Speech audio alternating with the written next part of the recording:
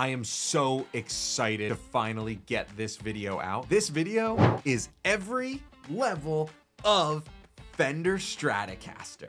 That's right, it is currently the 70th anniversary of the Fender Stratocaster. That makes it the year of the Strat, 1954 to 2024. And for that reason, I thought it was an appropriate time for me to finally really dive into the world of strats like I never have before. And I have learned so much on this journey. Here's how it's gonna go. Behind me, I have 10 different strats, or strat-ish guitars. And of course, one of those guitars is in my mystery case that will be revealed at the end of this video. So stay tuned for clues on that along the way. And there's definitely some interesting guitars in this list along the way. Let's get right into it. Level 1. We're gonna start at the lowest price point possible with the good old Strat Mini. Oh, it's so cute and it's so affordable, and it's honestly probably one of the best options when it comes to a beginner guitar. Anything that you get sold anywhere else most likely is not as good as this. And the only reason I picked this specific one up for this video is because I was actually pretty shocked by the fret edges. Like, don't get me wrong, they're not perfect, but they're really good. Let's tune it up and plug it in and get some sound. Ooh, that's a nice feature. There's a barrel jack on these now. I don't know if that's been a thing for a long time, but these are super reliable. So if you have a kid that's banging this around, that's gonna really help.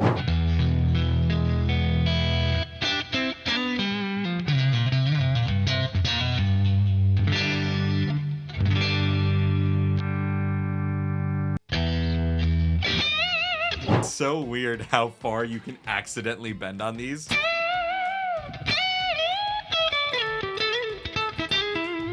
Now, while I am saying that this is probably the most reliable option for a beginner, they are consistently good, at least recently. They're super easy to press down on for small fingers. Also, if something breaks on it, it's fairly easy to get a replacement of, but as you heard, it did just go out of tune pretty quickly, and I'm just gonna say that this just came off the showroom floor 2 hours ago, and usually with a little breaking in that goes away. But yeah, this is kind of the standard in starter guitar for a reason. As an adult messing around, it is really fun to do this.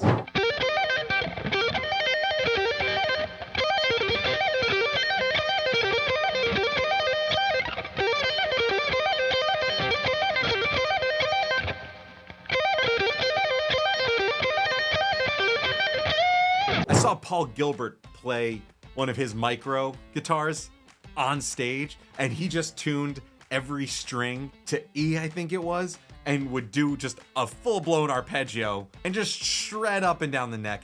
And I thought that creatively, that was brilliant, and I always wanted to do that. So yeah, so these might not just be for kids starting out. I'm not even going to test the tuning stability of this one right now because we've already seen that it goes out of tune fairly easily right this second. But most of the next ones, I'm going to test out their tuning stability. And next up, I have a full-size starter guitar, which has been around forever. So let's get into that. This is level 2.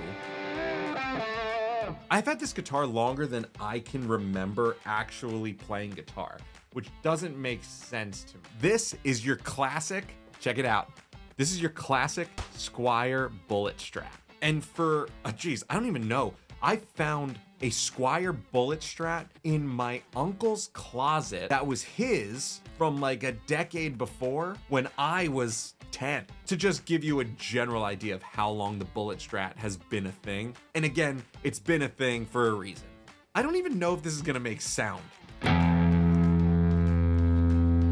Now, the thing about the bullet strats that are super convenient is that they're lightweight. They have these super thin bodies. Most of them have these super thin bodies, and they're very comfortable. It's tough to say that because all strats are comfortable. They're the most comfortable guitar in the world. But in this case, everything is just super lightweight and kind of just efficient and built to just work.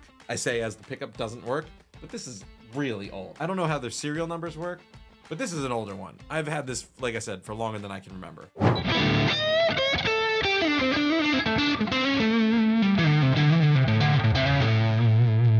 I think that these used to be like $99. So you really couldn't pass up. You were getting like $100, technically under $100 Indonesian made guitar. And if you've been on the channel for a while, you know that I love my Indonesian made guitars. I think it's some of the best value you're gonna get, and Fender does that no differently. So this is a very comfortable option if you are looking at that price point. I think they might be $150 now. They might be, but that's still a ridiculously good price to get started on your guitar journey. Again, I'm not gonna test the tuning stability because as you hear, oh, it's not that far out. Hold on, let's see. Let's see if we can knock it out of tune really quick. Let's see.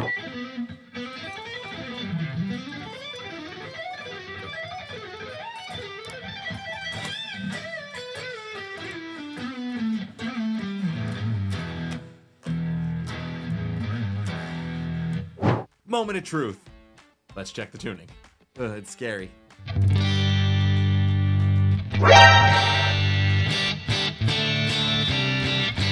Okay, once again, all things considered, that's not that out of tune. Oh man, right? Great value. Great value. Actually, I think the next 3 or 4 are some of the best value possibly. So let's get into it. Here we go. Level 3. This level is kind of where things are gonna start getting very serious very quick. My price jump from my level 2 to my level 3 might only be $100 difference. Just so you know, I keep looking at the headstock to make sure that I grab the right guitar because the feeling of me just holding it is not convincing me that it is the guitar that I'm about to tell you it is. Level 3 is the beautiful Squier Affinity Stratocaster. This might be one of the best values in this entire list, in the entirety of Stratocaster land. The reason I say that is because feeling of this guitar, it feels, the other guitars before this felt like beginner guitars, and you won't, as a beginner, you really won't know the difference between that and a $10,000 guitar. But this is where you start to really feel the difference. So if I'm getting these right, this is a 2023, I believe. So this is currently available model. Everything that makes me happy as a player. Frets look like they are medium jumbo. I don't have that confirmed. Confirm below. Everything classic to the Strat. 3 singles, 5-way switch, 3 knobs, maple neck, which I guess has the maple cap because there's no skunk stripe on the back, split post tuners, access to the truss rod, which is important, I think, at this stage of the game. Really big headstock. It's got the big Fender headstock, which I think is just gorgeous. I think this is the only one, this might be the only one on the entire list that has the big headstock, which is just so good looking. And check this out. It has a 2-point, let me see if I can get it up here. It has a 2-point trem, which I think is like not only really cool, but it's also gutsy. The 6-point trem is very stable. So if you're gonna drop tune and stuff like that, they have to have a lot of courage to put something like this out as a Squier, and we're gonna find that out shortly. Let's get some tones.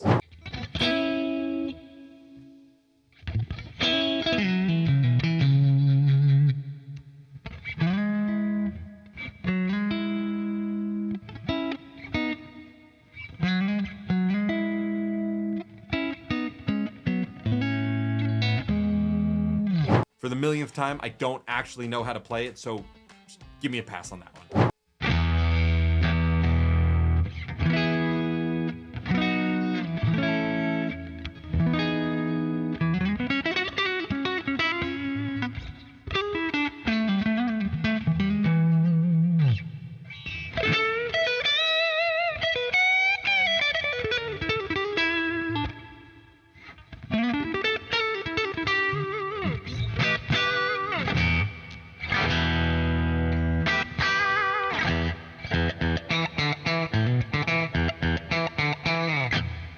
Let's see, let's get a little bit of grit really quick.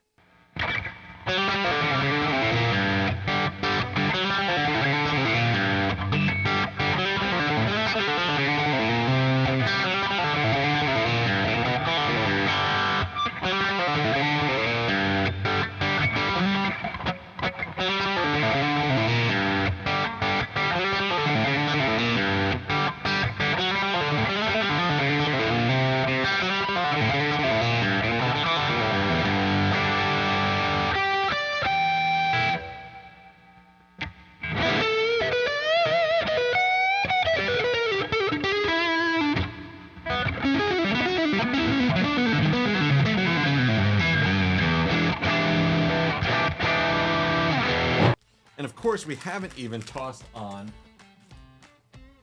the whammy bar yet. So this is gonna be fun. Now, I'm just gonna double check the tuning once again because all of these guitars and all the strings are brand new. So check this out. The trem is just so smooth. Ready? Watch this.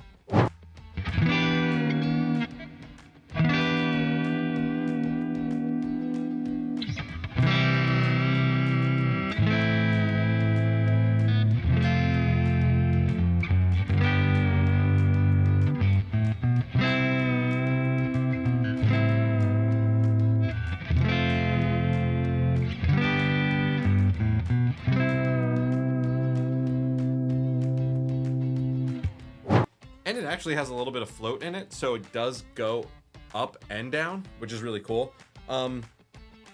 Yeah, it's gonna get you, it's gonna do the job. Can it handle a dive bomb though? I'm not sure, let's find out. It's time to really check the tuning stability of this one. First, I'm so happy we get to do this right now, let's see.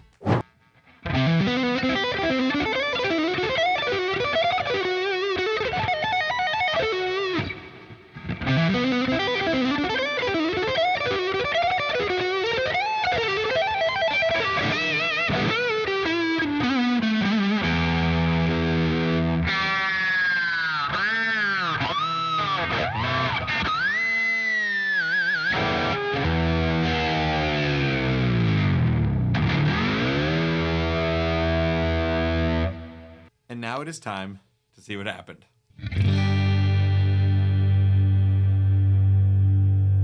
I'm not saying that that was perfect. For a guitar of this price point, that's ridiculous. This guitar goes for $249.99.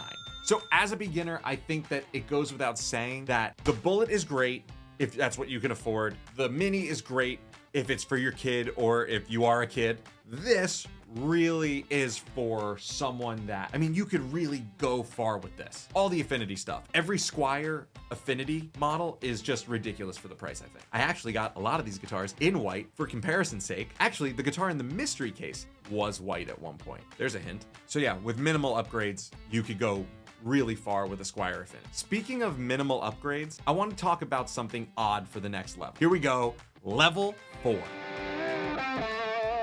Okay. So as you look at this, please don't hate me for this. Level 4 is the parts caster, okay? It'll make sense as to why I'm bringing this up in a second. I was having a hard time placing this because parts casters could be super cheap or they could be ridiculously expensive. So I just figured I would put it at the middle of the road because I really like getting the most bang for buck when it comes to doing almost anything. This is not the best example of a parts caster. My friend Eric put this together when we were kids. And I think these are Ace Frehley pickups, right? And this is the original Squier pickup, and he put these knobs on, and I think, yeah, this is an Orange County Choppers sticker.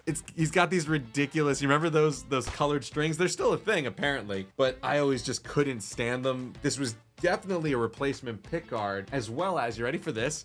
Check this out. These are like fairly expensive locking tuners. And this is back when they made the bodies a little bit thicker. They were like kind of like, this felt more like a Strat body at the time. I don't even know if this guitar makes sound anymore. The reason I wanted to bring this up in this video is because it's never been a better time to build your own Strat. You're talking about the guitar that has hands down the most upgrade possibilities from the most sources possibly ever of all time in history right now. The fact that you have the pickguard that allows you to take it off and work underneath the hood is something that a lot of guitars still don't have the luxury of. The fact that we have bolt-on necks and so many replacement options, again, just ridiculous the amount of stuff you can put on a parts caster now.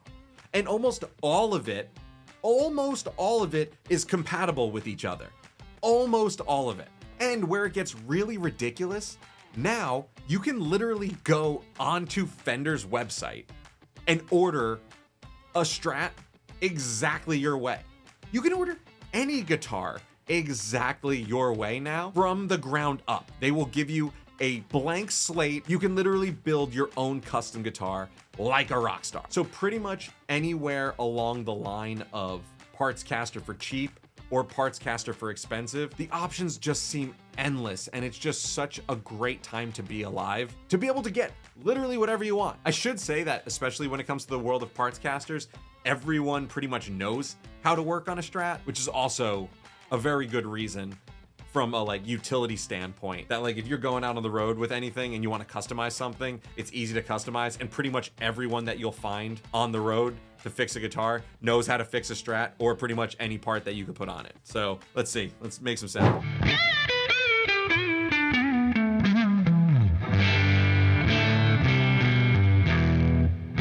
This one doesn't sound very good. I think we were in 8th grade when Eric tried to wire this all together himself, so I'm not exactly sure that everything's doing exactly what it should do, but this might be a good project for later. Speaking of projects, Leo Fender is a man that had many projects, and that's my segue to level 5. Please don't get mad at me for all the things I'm about to say. Here it is. This is level 5. This right here is a GNL Legacy. That's right. This is a beautiful example of how Leo Fender left and copied his own company again. I get so much heat because I call GNLs copies, and everyone's like, well, it's Leo Fender's company. And I'm like, yeah, it is. But like at that point, it wasn't anymore. Like at that point, it wasn't Leo Fender's Strat. It was the most popular guitar of all time in the world ever. So like he could have went and made a Les Paul. So like I think there was part of it where he just went with what he knew so well. I'm not one to say any of that, but it's a fun argument. These guitars are just absolutely awesome. I was having a hard time deciding if I was gonna put this at level 5 or if I was gonna put it at level 6, because the two guitars that are in those positions are so close. It's hard for me to decide, honestly, you know?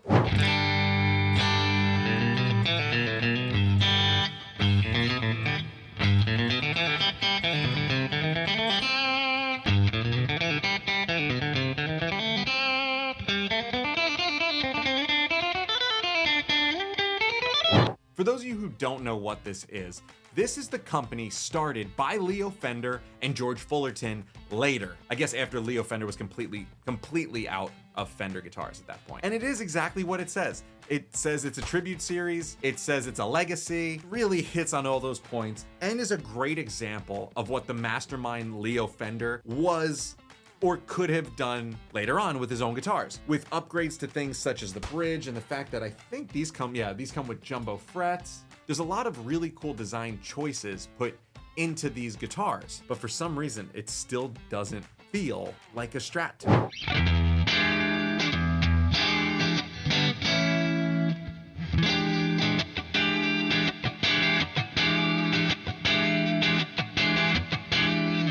I don't know if it's actually supposed to feel like a Strat or not. I don't know if that was the intention. It is a great guitar that just adds to Leo Fender's legacy, and I felt like it had to be in this list. Definitely another special guitar with another special sound. And they come in around only $550 for this model. And they do have their own high-end version of this as well. So this guitar was lent to me by a longtime student named John that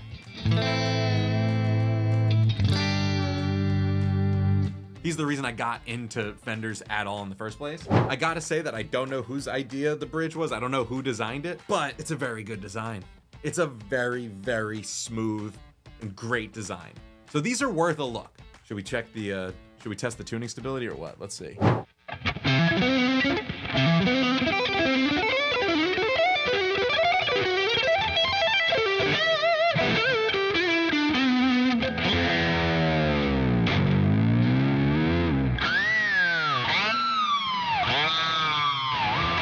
I am very sorry, John, for doing that to your guitar and to another one of your guitars in a little bit. Here we go. Moment of truth. Let's see. Ready?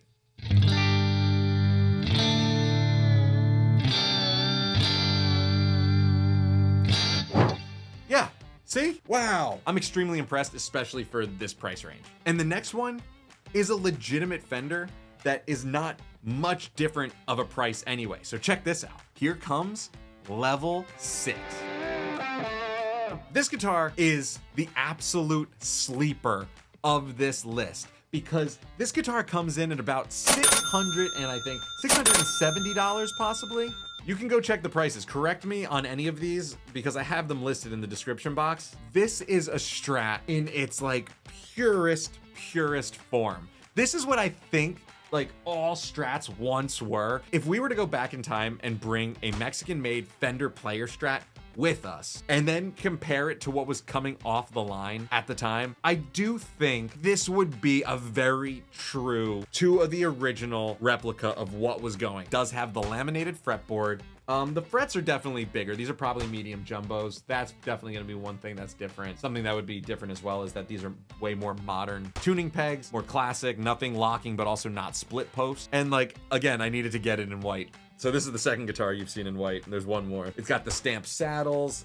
And it is actually, in this case, it's not the 6-point, it is a 2-point trem. And I've said it before, and I said it again, and I'll say it again, and I think 2-point trems are the best. The G&L had a 2-point trem, Squier Affinity had the 2-point trem, and so far those have shown to have really great tuning stability. Night after night, there is a stage somewhere in America, somewhere in the world even, that a professional musician, every single night, not just one, probably thousands, a professional musician is playing a Mexican-made Fender player something. They are so accessible and standard. They're not cheap, but they're definitely more bang for your buck than some others. And they just feel a true classic. They just feel real when you play them. Something like that Fender always did that I really appreciated was that they never changed the headstock from like a Squier or a like Fender Mexican made to like a high-end Fender. They're all basically the same thing. And I thought that like always made me happy because you could always have pride in the brand, and the headstock was always the brand. And as soon as I picked this up, I was so excited because I just did this, right? I just did this thing. I went.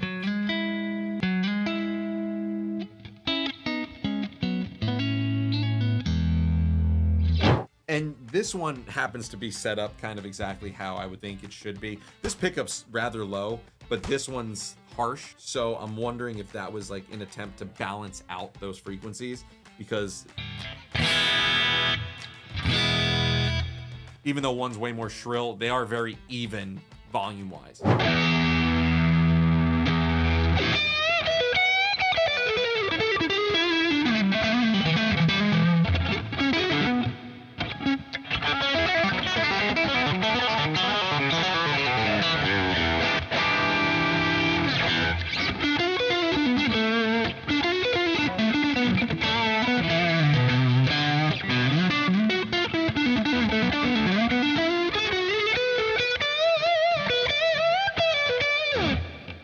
It definitely has that springiness to it that I really like. Springiness.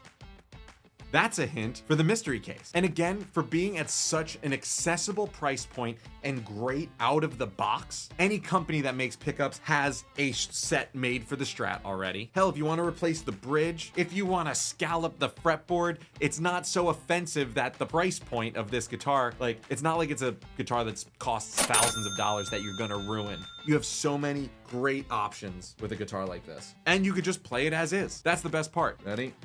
Nice creamy spot. Very responsive 2-point trem as well.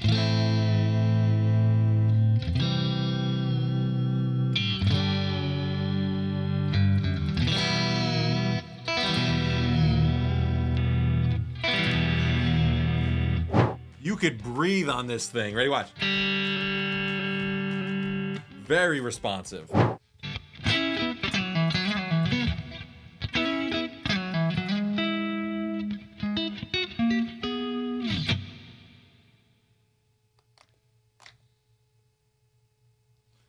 Here we go. I'm going to abuse this guitar for a second. Why do I do this?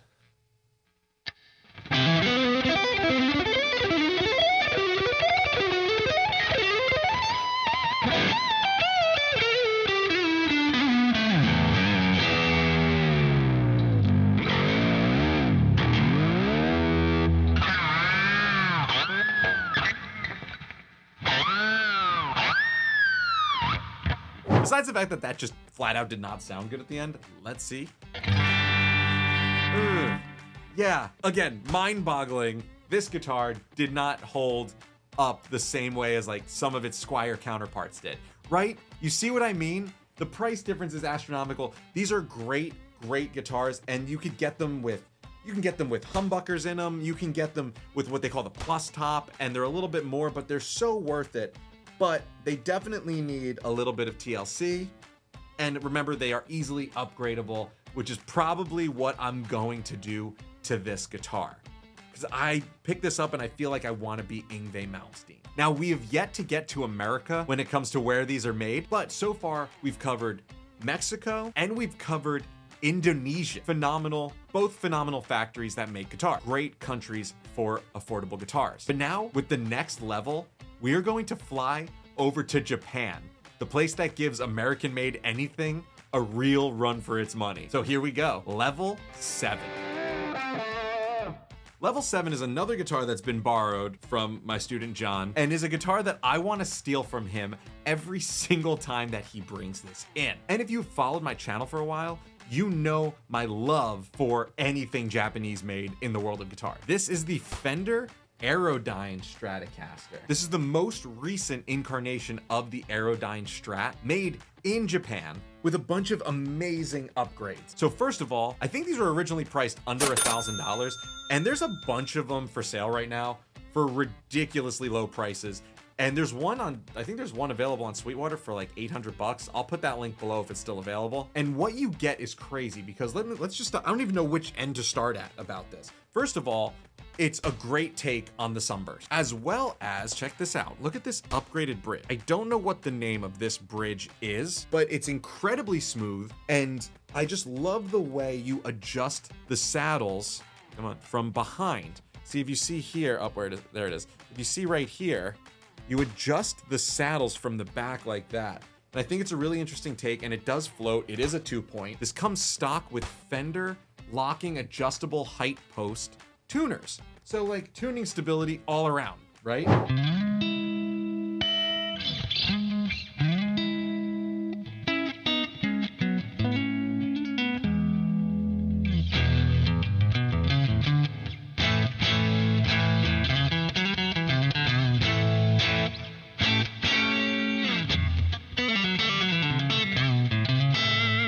Now the cool thing is that it can do that, and it can do the classic Strat thing, like,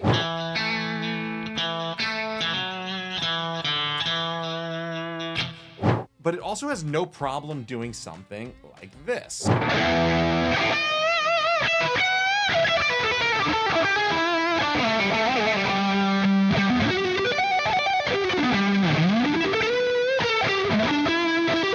It's really interesting how this thing physically plays like a high performance guitar, but also can do the sounds of like a high performance kind of super Strat. And I am gonna lump in a few guitars into this level because Fender Japan is awesome.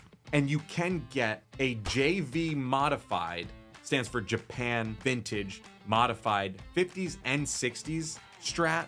And I think the 60s might be around 1,200 bucks. So it's in the general price range of this, and you get that Japan love, care, attention to detail. It's just awesome. But does it stay in tune? Let's find out.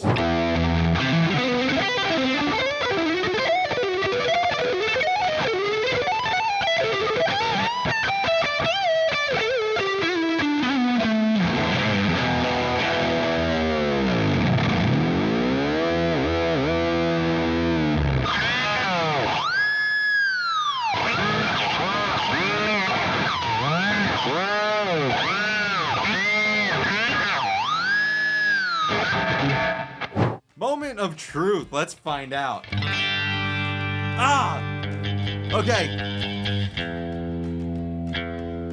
Okay, this one might have the oldest strings on it, first of all. Second of all, for what I just did, that was not bad. I am putting this up there with wherever you can find one, get one. This is like certified stamped best value that you are currently probably gonna find anywhere when it comes to a Strat that's different than the rest. I just realized that I mentioned the Super Strat a second ago. We're gonna get back to Japan, maybe with the mystery case. But I did just mention the Super Strat, so we're gonna fly back over to Mexico for a little bit, because a Strat list in 2024 would not be complete without a Super Strat. And my friends over at Sweetwater were kind enough to send over some awesome guitars for this list. So let's get into it.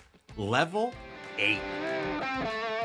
It looks so ridiculously good, right? Check this out. This is the classic Charvel DK24HHFR, which in short, Charvel dinky with 24 frets, 2 humbuckers, and a Floyd Rose. And as you see, the Floyd is not gold, it's like brushed gold, and the dark amber is beautiful, and it comes with a mahogany body and a beautiful cutaway. And the reason I'm bringing up a Charvel in this is, for those who may not know, Fender owns Charvel, and they have for a very long time. And basically Fender basically bought at one point all of the places that made the best Super Strats, all the chop shops, right? I mean, I'll do another video on this, but when you talk about the best chop shops that made Super Strats and were upgrading Strats in the 80s, one of the guys who was doing it was Wayne Charvel, and the other one was Grover Jackson. And Wayne Charvel eventually sold his company to Grover Jackson, and I guess Grover Jackson eventually sold the whole thing over to Fender. And hence why you get some of the best Super Strats, because it's not just Fender, it's the legacy of those guys as well, compounded, added to it. Would a Super Strat be complete without a Floyd Rose and without Seymour Duncans? So of course I needed a licensed Fender for the Super Strat world, and is everything that a Super Strat should be. I could have gone with some of the others like the SoCal or the San Dimas, which are very true to the Strat thing, but like, I just wanted to show how far we've come. When this guitar came out, I was just in love with it. This has a super slim shaved down neck. This has 24 jumbo frets. This has a compound 12 to 16 fretboard radius, so you get all your kind of Strat-ish feeling chords, modern Strat feeling chords, but you also get you could be a juvenile delinquent and tippity tap up here, which is really awesome. And a Floyd Rose 1000 series, which is great on an affordable guitar. And it sounds like this.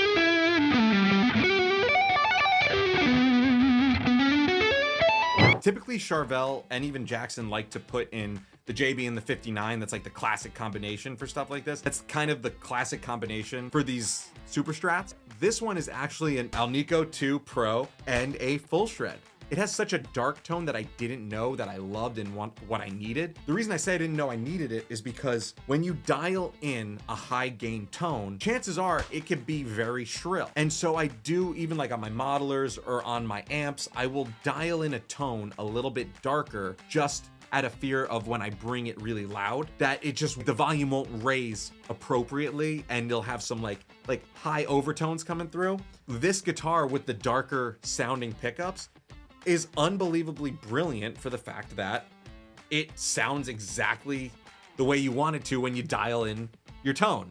It sounds exactly the same loud as it does quiet, which is really cool to me. And also it does the modern thing really well.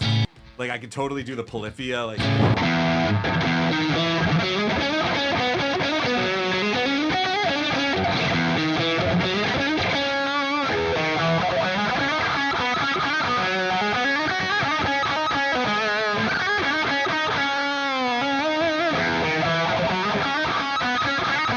Also, this guitar is very much kind of priced and made for the working player.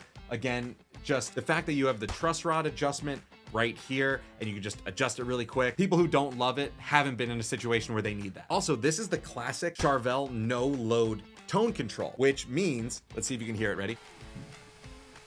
It clicks into place and it removes the tone knob completely from the circuit. So you're getting the hottest tone possible, which is a classic staple of a Super Strat. And old Charvels, they would just remove the tone knob completely. So great job staying true to the shred Fender. So here we are where things are about to get weird. First stop is to America for the big daddy, the head honcho. This is the most important Strat. This is the whole reason we're here, is this next one. So let's go. Level 9.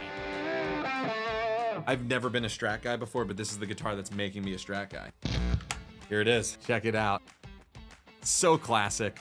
This is a US Fender American Professional 2. I didn't want to love it as much as I do because I was never a Fender guy before this.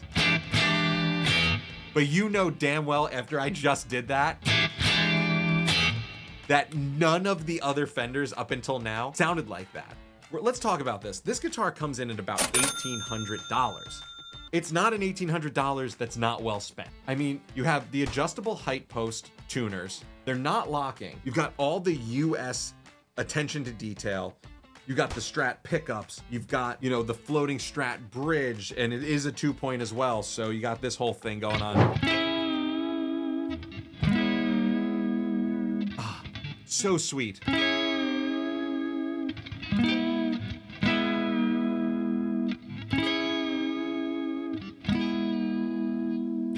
When you pick one of these up, and last but not least, this is, I think, a newer thing, but it has one of these like Cory Wong switches, I call it, right?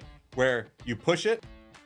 I guess who else did it? John Petrucci did it on the Ernie Ball stuff, which is also a weird connection. When you push this, it brings you automatically to, I believe, position 4. Double check me in the comments if that's right, okay? So what happens is you could just be playing and you're ripping in whatever position and you just hit that really quick like that, and it just goes right to that sound of, you know, that modern day prog position 4. And it's just perfectly made, this guitar. And let me tell you another feature that I complain about a lot on Fender type guitars. There's a cutaway on the heel. Thank you. Finally. It only took spending $1,800 on a guitar to get a cutaway. Some people who love Strats don't care, and I mean, most of our biggest influences who played Strats didn't care, right? So maybe we shouldn't either, but I just think it was time to finally do that. They've been doing it a while. When you pick up a Sunburst Stratocaster, you feel like everyone from Buddy Holly to Eric Clapton to, I don't know, just name all the Sunburst Stratocaster guys below. You just feel like a guitar god. This guitar in 2024 lacks none of that. This guitar was also provided by Sweetwater for this video, for the 70th anniversary, for the year of the Strat. And the reason that Sweetwater is the best place to buy a Strat is because when I call my sales engineer, Tad Schaefer at Sweetwater, and he answers, he doesn't just say hello and raffle off some sort of sales pitch thing. He greets me by my name, and then we talk about it. When it shows up, it has a fresh set of strings on it. It's perfectly set up. There's not a single nick or scratch, and it comes with a little readout of who inspected it and what they inspected. I even knew the weight of this guitar ahead of time for some of you people out there who can't have certain weights of guitars. Like some of them, they just hurt your back. It's just everything about the buying experience from Sweetwater, for me, is the best. And I will leave a link below from Sweetwater for you to check out all of these guitars below. It's just so good. Oh, I feel like John Frusciante. I've never been a Strat guy till now, and I think I'm becoming one.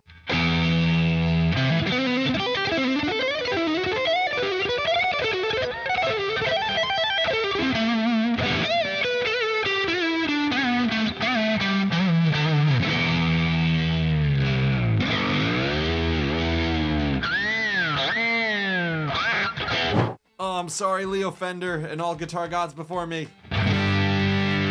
Yes! Yes! Did you hear that? Hold on. Again, listen. A little bit out, but come on. That's why Leo Fender got it right the first time. Wonderful. Absolutely wonderful. As I've been saying this entire time, it is time for me to open the mystery case. Now, before I open the mystery case, I'm going to just mention really quick that you'll notice that on this list, I didn't put any signature models because to me, a lot of times they're too much of outliers, not only in what is available on the guitar, but also price points. You know, you could have one that's $600 and one that's $5,500. And you'll notice that I'm kind of stopping this list at $1,800 because I kind of feel that if you go this price to like $2,300 with any of the American Ultras, you're getting a similar guitar just with a different mixed bag of parts. The next levels up from this, you get noiseless pickups, which are amazing, as well as a handful of other features. And then when you get past there into like the $5,000 range, you're getting into the collector range, and you're really not, like, this channel started out being called Working Class Musician, and I like to keep it that way, where it's like, this is if you're going to be playing a lot and working and like kind of for the working man, you know? That being said, this next guitar is not, let me repeat, this guitar is not level 10. This guitar is not even canon to the world of Fender. So let me get it. Here it is. Ladies and gentlemen, the mystery case. It just smells so old. I'm gonna tell you, when I bought this guitar, because this is a purchase of mine, I thought that I messed up. I saw it and I was not pleased with what I saw. And then shortly after, I was very happy. Ladies and gentlemen, this is my 1979 Tokai springy sound. I almost said Love Rock because I have a Love Rock also, but this is my 1979 Tokai springy sound. This is Tokai in Japan's lawsuit era fake Fender. Like, look, from a distance, you would not even know that that wasn't a Fender logo. Now, I want to be clear again. I'm not claiming that this is the top level of Strat. This is its own work. This is not canon to Fender. I think it's important to talk about the fact that Fender was so important to the world that things like this exist. Not only do they exist, but some of your favorite guitar icons played these guitars, and there's definitely a few times that it really upset Fender, and I explain that all more in this video right here.